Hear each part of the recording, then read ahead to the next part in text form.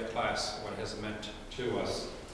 Our commitment over 3 decades has been to the kingdom of God, to serve in that kingdom, and in particular to serve in the Francophone world. I often like to say our call is to serve God's kingdom, and our vocation is within that kingdom a particular focus.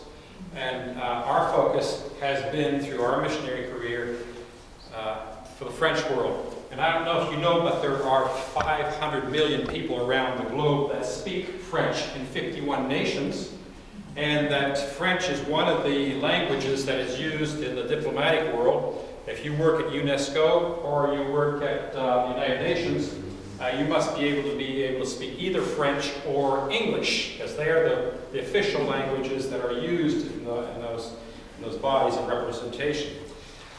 Here's just a reminder of our family, Katie and John. John and Katie are getting married May 14th.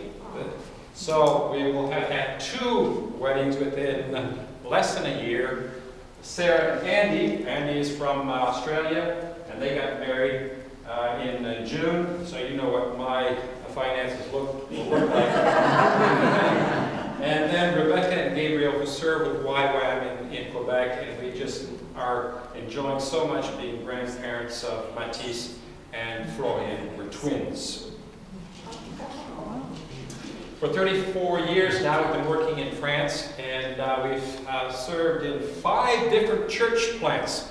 All of those churches are continuing on today, and most of them have French pastors, and so we're delighted to see this growth, and having started something or taken something to another level of development, and it's been a wonderful drive around France. You know that we've been in the south, we've been in the Paris area, and now we're presently in the city of Tours, where we moved in 2002 and started with 3 people, and today there are some 30 adults that are regular attenders and involved.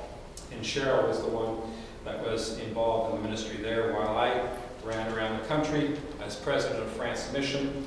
I stepped down, as you know, from that responsibility and turned the work over, the leadership over to Patrice Elsondor, who was one of my former students. So you're talking about investing in people.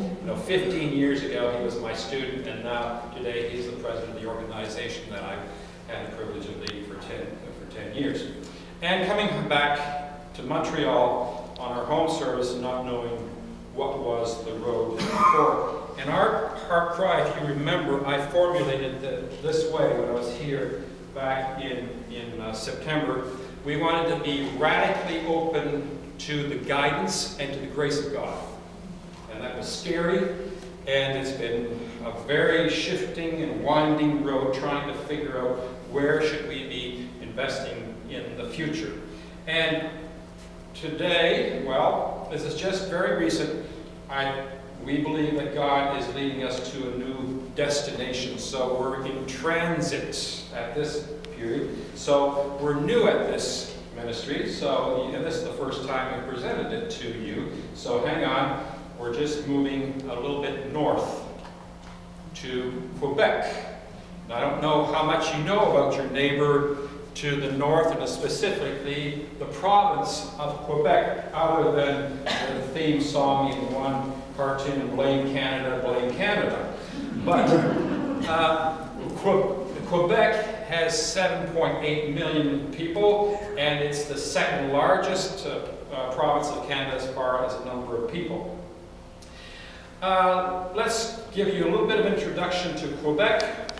Here's Quebec City. You see is founded in 1608.